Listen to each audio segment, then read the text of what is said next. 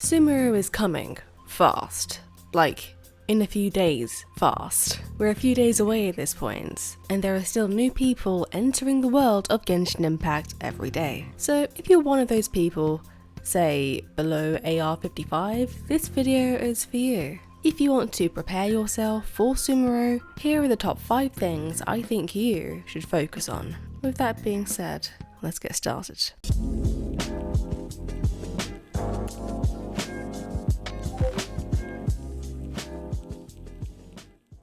Get through the Archon quests and increase your adventure rank. I'd say the biggest thing to focus on if you want to experience Sumeru in its fullest is to catch up on the main Archon quests, aka the quests that actually address the issue of finding our sibling. We don't truly know if Sumeru is going to be gated off until you reach a certain point, or if you can just walk in there straight from Liyue. But I'm sure in order to experience Sumeru in all its glory, you're going to have to be up to date with the Archon quests. Focus on that and focus on getting your adventure rank up, just in case anything is AR gated. My biggest tip for getting your adventure rank up is to do quests and explore. Number 2, understand how reactions work as well as what elemental mastery is if you're AR 45 or above. As you play the game, you will come to understand what elemental reactions are and how each one differs from another. For example, reactions like Melt and Vaporize directly increase your damage. Overloaded and Electrocharged are super fun to play around with, and others like Swirl become vital support reactions for your main DPS if you stick this on them. Understanding how elemental reactions work is so important, because the ones being added when Dendro becomes playable is going to throw you off if you don't understand the current system. This is because Dendro is introducing a part of the elemental reaction cycle that we're not used to. I'll use Dendro plus Electro as an example. When you deal Dendro to an enemy that is affected by Electro, the enemy is hit with the elemental reaction Quicken. After that, if you hit the enemy affected by Quicken with either Dendro or Electro, the elemental reaction Aggravate is dealt, where Dendro/Electro damage is increased. This is a similar concept to Melt and Vaporize, but you have to activate it in a different, more long-winded way. It's something that we're not used to playing with at all, so if you don't understand the current elemental reaction system now, the new reactions coming up when Dendro comes along is going to bring about another level of confusion. It's also important to understand what elemental mastery is, because it looks like it's going to be important for the Dendro elements. Essentially, elemental mastery is the stat that enhances and increases the effects and damage of elemental reactions. So if you're looking to build a character with the sole purpose of their damage being from elemental reactions like Vaporize or Melt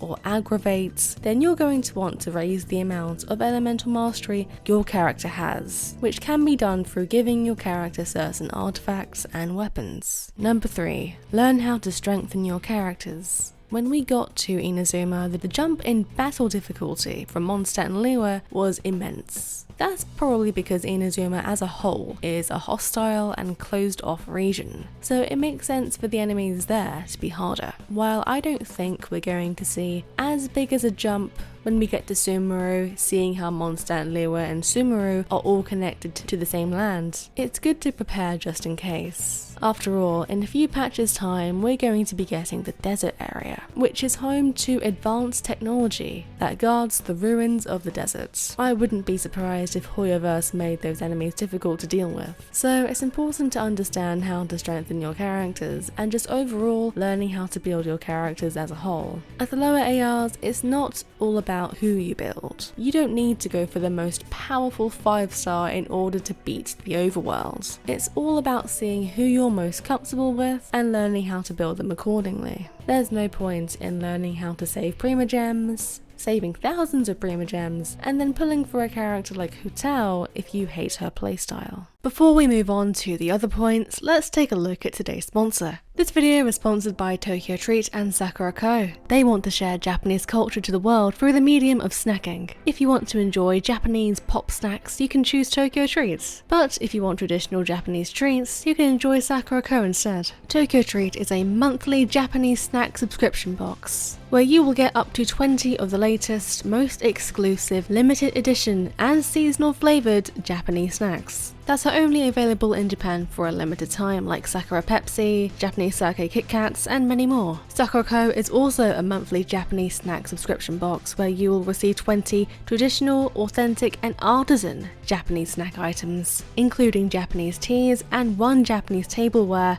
with your box every month. Sakura Co helps in partnering with local Japanese snack makers to continue to share Japanese culture and traditions that have been passed down for over 100 years. Tokyo Treats and Sakura Co's boxes come with a different theme each month, keeping things exciting and fresh. For this month's theme, Tokyo Treat and Sakura Co both have the Tsukimi theme, with a special box design. Tsukimi, or moon viewing, is the Japanese festival for the autumn moon in September, expressing gratitude for good harvest and hoping for another good year. Tokyo Treat invites you to join them in celebrating Tsukimi through the Moon Festival Munchies box, which contains a variety of seasonal and exclusive Japanese snacks inspired by Tsukimi, such as salt lemon Kit Kats, mikan mochi, and full moon pong cracker. I quite enjoyed the salt lemon Kit Kat. I thought it'd be a weird flavour for a Kit Kat. Turns out, it's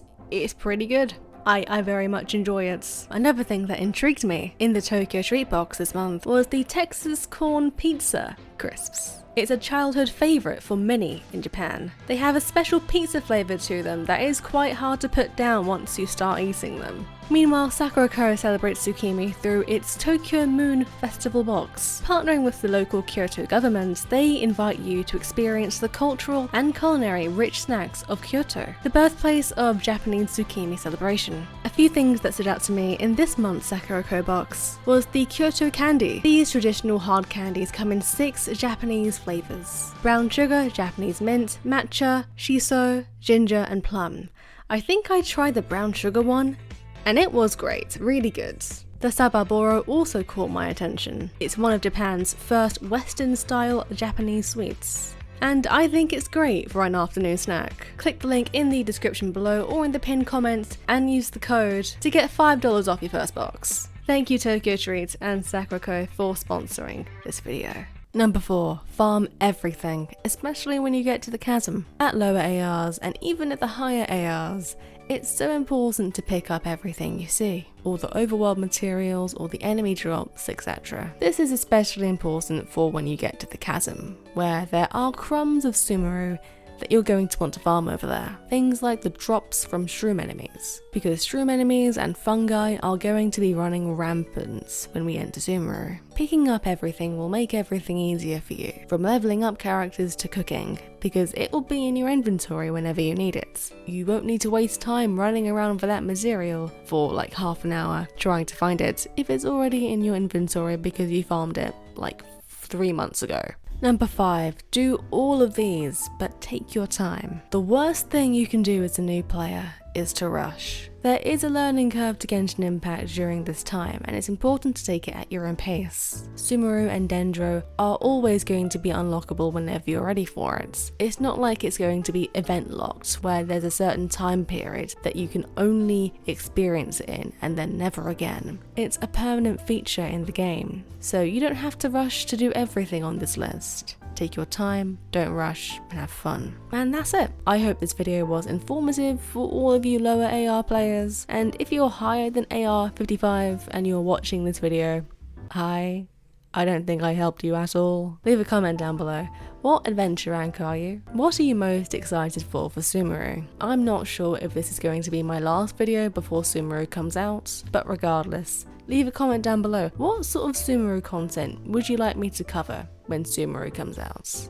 What kind of videos do you want to see? I kind of want to make a video about Electro and Dendro maybe, but I don't know.